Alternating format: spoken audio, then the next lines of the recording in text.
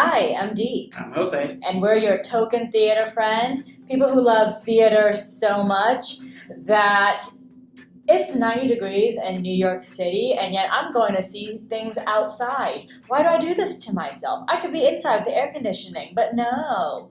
The best place to watch Shakespeare is outside, like in the olden days, right, Jose? Amen. And today, a very special episode. We are taking you down to Hadestown. Well, we are. In Hadestown, the gods are pissed. It's been winter for a very long time, and Orpheus has to go down to the underworld to find his wife Eurydice and bring back the spring. Will he succeed? We're gonna find out.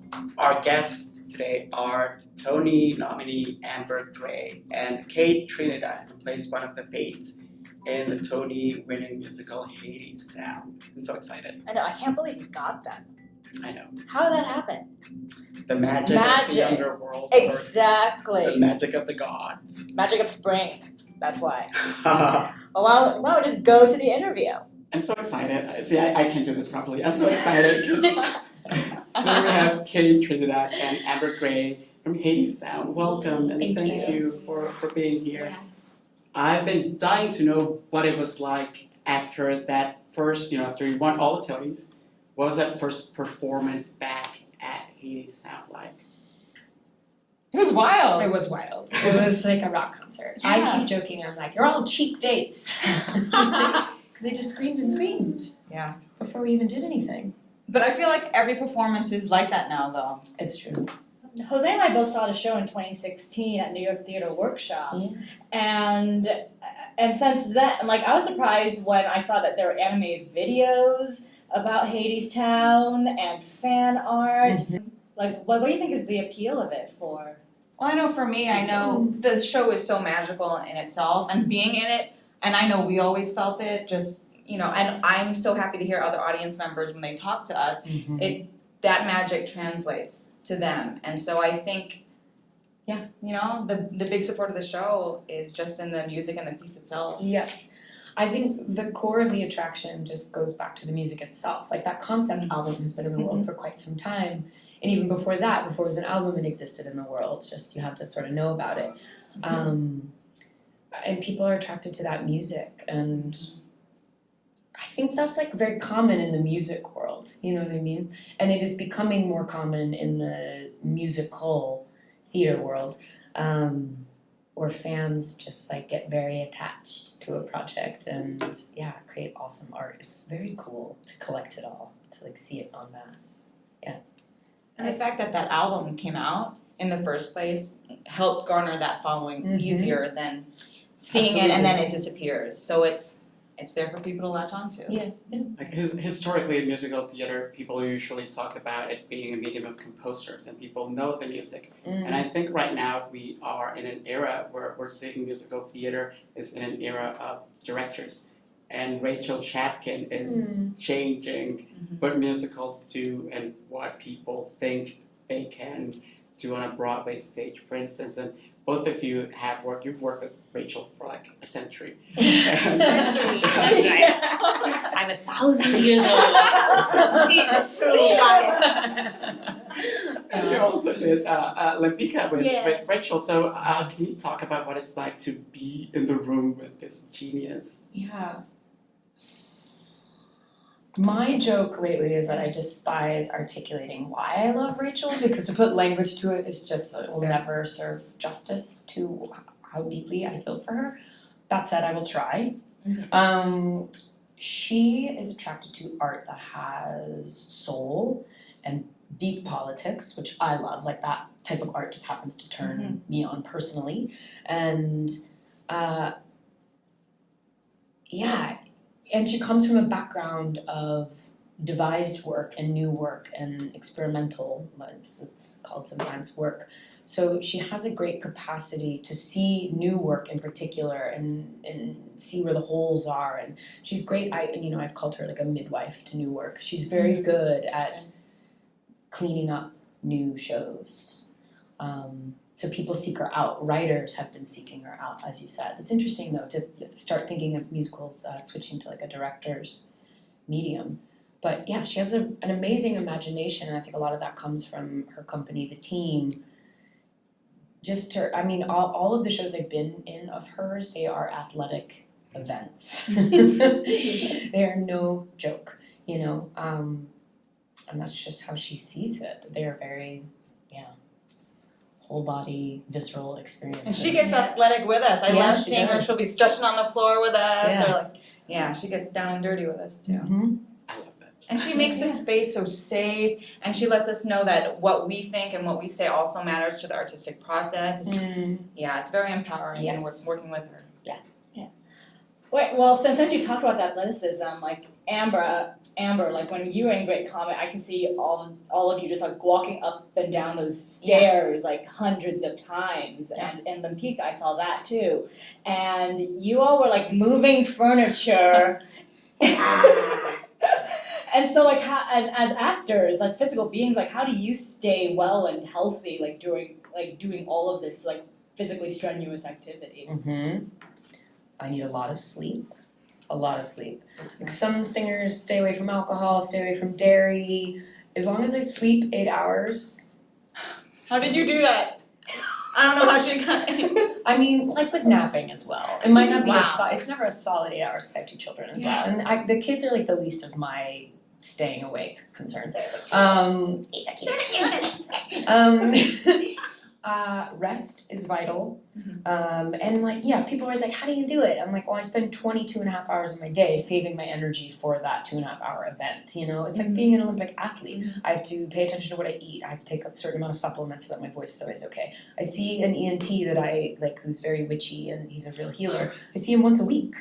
Oh wow. To get certain IVs to make sure that, the gift stays all right. Yeah, it's no joke. Sleep's important, but also for me, super hydration. I need a lot of water, and my allergies are horrific year round. So for me, I have to neti pot day and night. Yep, me too. Gargle with salt all the time. Me too. And allergy medicines, Flonase. Yeah, Like that. Totally. But And those rocket houses are so old, so when you have allergies, everything is triggered. You both have been working for a very long time doing theater, and it's only now also that we're finally getting to see, a cast like the ensemble of Hadestown, which is so diverse and multicultural and multi-ethnic. And I wonder, when you first started in the business and you were like, I'm gonna be a theater person, did you ever dream of this day actually coming? And what does it feel like now that you're actually getting to play whatever part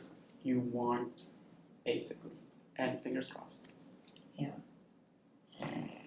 Well, for me, I absolutely always dreamed that I wouldn't have to be put in a box and be the token Asian, or And I've had lots of opportunities to either be the token and to branch out and do other works. It doesn't matter what I look like, and I love that. I love that so much. And when I went to NYU, I would look at backstage and I'd look at all the casting, and it was like Caucasian. I was like, nope. For me, I always dreamed big, and I was like, I'm going in for it. I'm going in. I don't care. They're gonna see me, and I just wanted to just be seen. And don't we all? We just want to be seen for what we have to offer and who we are. So I don't think I knew as a kid that this industry was so exclusive on that front. So it didn't occur to me to have that particular dream about it. You know what I mean? And then as I started training and everything, when you quickly get boxed, it's like one of the few industries, right, that's like totally allowed to discriminate on paper. And like even dealing with pregnancies, it's like always says in the contract, you must always fit the costume. They don't care why you gain weight. They're allowed to fire you for not fitting the costume, right? It's like, it's deep. I'm super grateful. The moments where I've had to be the token, it was like very crucial to the storytelling and the story I believed in. So I was grateful for that. Yes. But most of the time, just very happy to do my work, be an actor, and there be zero comment about what I am as a human. That said, I feel like there's lots of like patting on the back lately, like, oh, we did this, we're in such a good place. I'm like, no, we're still at the bottom. There's so much work to do. This is just the beginning. Like, I don't want anyone to get comfortable. There should be no patting on the back. Like, it's shameful that it's taken us so long to even get where we are now. So, Because like when I went to see Hadestown on Broadway and I saw you and Patrick on that balcony, I immediately thought to myself, and I told my friend also, I know I shouldn't talk about the end, but anyway, It's all right. I went to my friend, she needs to play Evita today. Well, And yeah, and then should I just come out of those doors and that one Yeah. when I wave? Tonight, okay? Do. I would like that to happen. And now I've decided to have you play Wonder Woman in a musical. And I wonder, what are those dream parts for you that you haven't had a chance to play yet? I don't know, I always dream of, I love new work, so there are, Same. the parts I don't- dream yeah, of are either in the works or, Totally. you know, Same. catered I to what we don't- can do. My bread and butter in the last 10 years is all new works, and I Love that. except for that revival of Oklahoma. That's the only thing I've ever done that was like revival time. I'm all about new works. I love it. I like, let's make new art. Why are we rehashing old stuff that no longer speaks to us? New things. I mean, I really want to do something with Eartha Kitt. We talk about dream goals. I think people on Twitter have been saying you should play her. Have they? Yes. I ignore Twitter, so I wouldn't No. know. But thanks, But- Twitter. We think so. We think I so. agree. Things like that. But I have noticed, because people ask this question quite a bit, and I find myself being like, if I had to answer it, I'm like, okay, well, Martha and Who's Afraid of Virginia Woolf, which that estate is very tricky about, minorities playing the roles. They have let a mixed woman play Martha once, but they would not let a black woman, like a fully black woman, play it, which, it's dicey territory. So in that sense, don't know that I want to be in one of those plays. But that type of role, like Medea, Oh, yeah. the witch and Who's Afraid of Virginia Woolf, the witch in Into the Woods, like clearly I like a certain type of woman, because I'm like exercising some muscles that I feel like maybe I don't have as much in my own life. So that's my own little therapy session. Jose and I have this conversation all the time about like, oh, what do we do with these old problematic works, and then how do we talk about them? Like, yes, they're pretty, they sound good, and the music's amazing, and then, oh, but there's this little thing that I need to ignore in order to fully enjoy this experience. Like, I love The King and I, and you've been in The King and I, and at the same time, I'm always like, I'll just listen to the album. I just need to listen to the album, and I'll feel better about it. But so, like, what do you think we should do with when we think about revivals, and when we're thinking about like how to make them relevant, or are there certain things that should just be put in the vault? I just don't understand why we have to make them relevant. Like, let's just honor them in the sense that yes, they were amazing pieces of music, but they were racist, they were misogynistic, they were lots of horrible things, and like that's history. That's part of our culture's history. Why do we have to like pretend it's something it's not? Let's like fully, and why do we have to keep reviving them? I know. Let them die. Let them die. When I saw Hadestown in 2016, I remember hearing a song about the wall, and my ears also, like going, huh. But then back then, I think we all had so much hope, and I was like, oh, this is just gonna be like a gorgeous musical fairy tale. We don't need to think about this. And I wonder for you, do you remember what you were thinking during the show 3 years ago? And now for both of you, you're doing the show at a moment when it seems, and people I've heard people also, and I've read people online say, oh, they wrote this musical in protest for the government, which is not the case. Well, sure. It was written in protest in the sense that it's a true folk song that poured out of Anais Mitchell in 2006 in 10 minutes. And it's the only song in the show where not a single word has been changed since 2006, right? It just is what it is. And which is like an amazing piece of folk music like that. The reality is there's always been fascism and there always will be, right? So in that sense, yes, it's a protest song.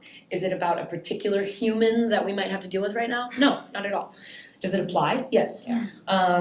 Which is why it's so prolific, But in 2016 when we sang it, it was easy to shy away from, and sometimes audience members, could giggle about it or ignore it or call it something else. And now people can't escape it. And I don't know about you, what you see during that song, but like as the smoke and fog dissipate, I can't actually see the audience at all for the first half. And then once it clears, I can really see them. And people are typically not well during that song. They'll have like a handful of different types of reactions, but it's like watching a car crash. They're all like not well reactions. No, I can kind of see that. You're closer to them at that point. Wild. Yeah. It's wild. But I could definitely, when we're shooting the lyrics out to them, you Yeah. can feel it a little like, know, you can feel the uneasiness Yeah. at times. It's also where the bottom of the play drops out and you realize what you're actually watching. Like before Wall, you could take Hadestown as a much easier to swallow piece of entertainment. You know, it's that is where it becomes clear that there is this other message and storyline going on. And we had considered actually while this final round and workshopping things still, you know, it's always changing. In this final round of rehearsals, we had considered moving the intermission to after Wait For Me, before Wall. Right. Which I think would have made people think it was a very different musical. But anyway, I'm happy that the intermission is where it is. But did you see a difference in reaction from audiences in London versus here? Yeah, in Canada and in London, I mean, they have different situations that they're dealing with, so they definitely reacted in different ways. I mean, you know, in London they're dealing with their own sort of wall with Brexit and everything. But in general, British audience members, you know, culturally, Americans are cheap dates, I like to say, as I joked earlier, but it's true. And Brits, you know, wear sleeves around their heart. You gotta like work a little harder. And we almost always won them over by the end, but in the beginning they weren't always like as quick to be on board as they are here, which, you know, is fine. Why? It's just a different, Huh. because they're Brits. It's part of their culture. They don't. The reason they're so funny is because they're emotionally blocked. Sorry. Facts with Amber Gray. That's the next episode. And not blocked. Well, blocked, but they don't share their emotions as easily as Americans do. And I say that without judgment. Like some people think that's a positive, some people think it's a negative. Who cares really? It's just culturally a huge difference between Brits and Americans.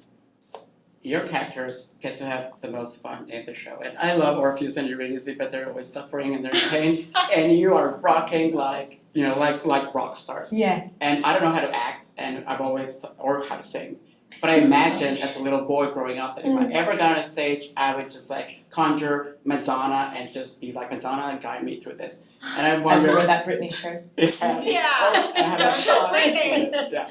So we're like, do you have those moments when you're on stage and you suddenly I'm suddenly possessed by this group like Diana Ross, and I'm gonna like rock this theater tonight. Oh, I just like rocking it as Kate Trinidad. Yeah, totally. Yeah, I don't think of like the greats that have come before me. Yeah. I don't think of but yes, I do have that feeling of like, I'm in a rock concert. This is awesome. I do have that feeling a lot. Yeah. It's magical, super fun, and the audience reaction you're getting here is just, it's like crack. It's really, it feels so good. But also those very quiet moments, you can hear the whole house, you could hear a pin drop. Those are You can magical. that gasp. Yeah. And then it's like, oh, don't slay me. I need to stay in character. But like So even good. that audible one person gasping, like, it Yeah. like slays me. I'm like, I know. Same. Yeah. Yeah.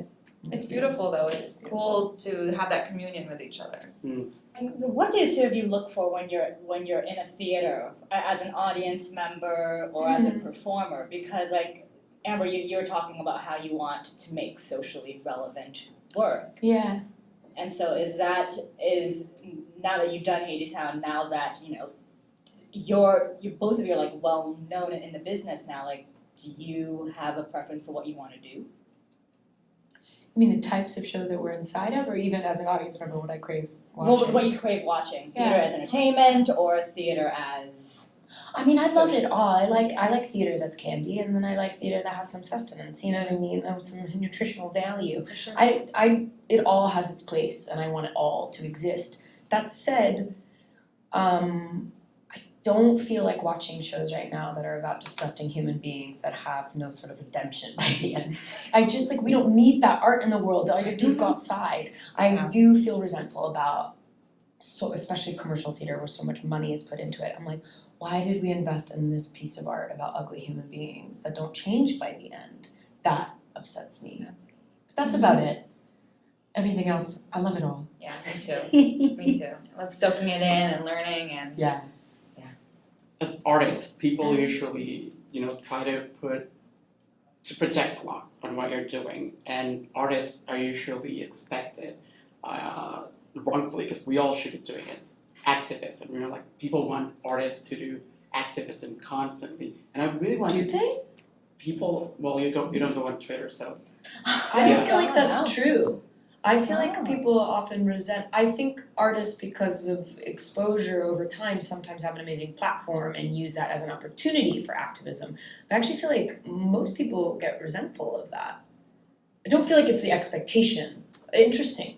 Yeah. Why? maybe, I maybe in our little bubbles, Yeah. like they call it. Because I really wanted to talk to you about the Reverend Billy. Reverend and Billy, the, yeah. Yeah. And the Stop Shopping. Oh, see, that's why I need to read It's it. been called many Yeah. things over the years. When I joined, it was called Reverend Billy and the Stop Shopping Gospel Choir. Now it's just called Reverend Billy and the Church of Stop Shopping. Billy Talon is a political activist and has been for many years. And there's like a formal grant that we get to bail people out of jail. And I've been in that choir for almost 15 years. And they're amazing. And so it's funny sometimes applying for grants with that group because you're like, is it music? Is it church? Is it theater? Is it activism? But it's hands down the most diverse community I've ever been a part of, age-wise, people from all over the world, undocumented, like it runs the gamut, right? I'm exposed to way more different types of people in that community than I am in the theater world, which is actually like pretty homogenous at the end of the day in a strange way. But yeah, they've at the moment they are working with the new Sanctuary Coalition and working on like abolishing ICE. And they are incredible. They are an incredible community. And it's how I know my baby daddy, Galen, who's a metal fabricator. Like, very few people in that choir are professional performers in any way. They're doctors, scientists, lawyers. Yeah, they're an amazing community. And if it hadn't been for that group, don't think I would have stayed in New York this long, and certainly wouldn't have felt like I had the support system to have children. Wow. Wow. So there you go, Reverend Billy. Wow. Thank you, Reverend Billy. Yeah, thank you, Reverend Billy. And they have an amazing show that they do all the time. Currently, when they have the theater performance bit of it, it tends to be at Joe's Pub, but we've performed all over the world, and they are always out in the streets doing actions. I mean, they That's do so the cool. real work. Considering that half basically of Hadestown takes place in the literal underworld, what does your version of hell look like? I don't like to think about that because hell is gross, it's nasty, it's the worst. So I don't know if I even want to visualize it. Death, sadness, no music, no family, just your lonesome self. I mean, yeah. I haven't put much. Yeah, I've You've never got to really that. thought about that question before, That's intense. and I'm grateful that I haven't. It's No. okay. I do have guilt about having a second child because I can't honestly look my children in the eye and promise them that they will have clean water to drink when they're 30, right?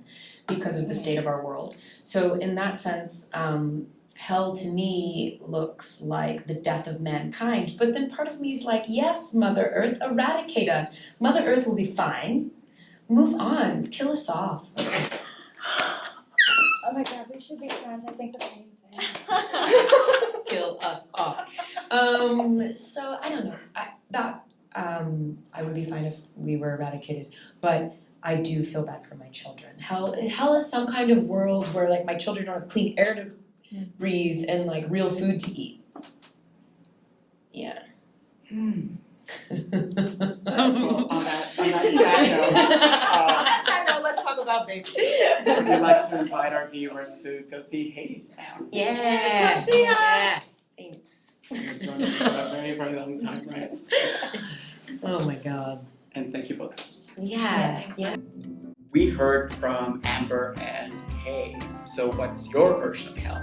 I did my undergrad in Los Angeles, and I made a rule to never drive from 3 to 7 p.m. because otherwise it is wall-to-wall traffic on the freeway. So my version of hell is a 100-degree day in Southern California, and you're sitting in your car and you're not moving.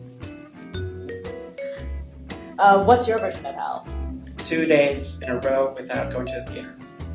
Wow, that's not pandering at all. It's also true. Well, thank you all for watching, and if you want some more Token Theater friends, we have a podcast where this week we're reviewing some shows. This week we're reviewing Tony Stone by Lydia Diamond about the first female baseball player. Do we like baseball? Not really, so this is going to be an adventure. And as always, subscribe if you like it. If you like this episode, feel free to leave us your comments if you have suggestions for people that we should talk about. And as always, theater is more fun when you take a friend. Bye. Especially if you're going